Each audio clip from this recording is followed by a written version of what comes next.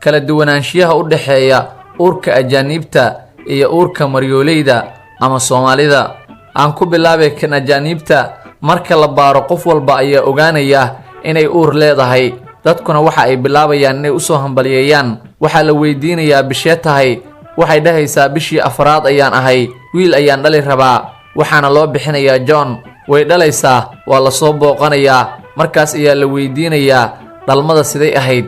waxay ku jawaabaysaa erbad ayaan qaatay, xanuun weyn ma dareemin.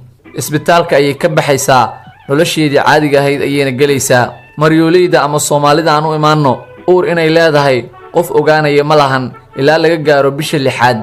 inta ka horeysa dhar waaweyn oo caloosheeda qarinaya ayay xiranaysaa. marka la weydiiyo uur miyaad ahayd, waxa ay dhahaysaa maba is ogi inaan uur ahay, waan yaabay markaan arkay, ogow bisha 6 ayay maraysaa.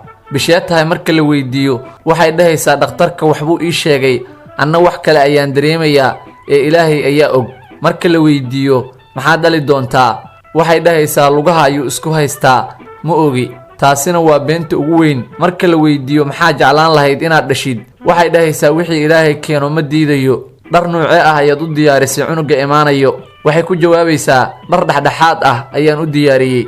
markii bisha 9aad la gaaro ee la weydiiyo maxaad dhali rabtaa, waxa ay dhahaysaa ninkaygu wuu diiday inuu ii sheego, wuxuuna igu yidhi kadis ayaan kaaga dhigayaa. markay dhasho kadib oo la soo booqdo oo la weydiiyo dhalmada ka waran, waxay dhahaysaa waa dhiman gaaray, waa bas, mar kale ma dhalayo. waxaa la bilaabayaa mushaari iyo xulbo in la siiyo. 2 bil kadib haddana uur ayay leedahay. like muuqaalka, sidoo kale share dheh ama adreska u taagan muuqaalkan. mahadsanid.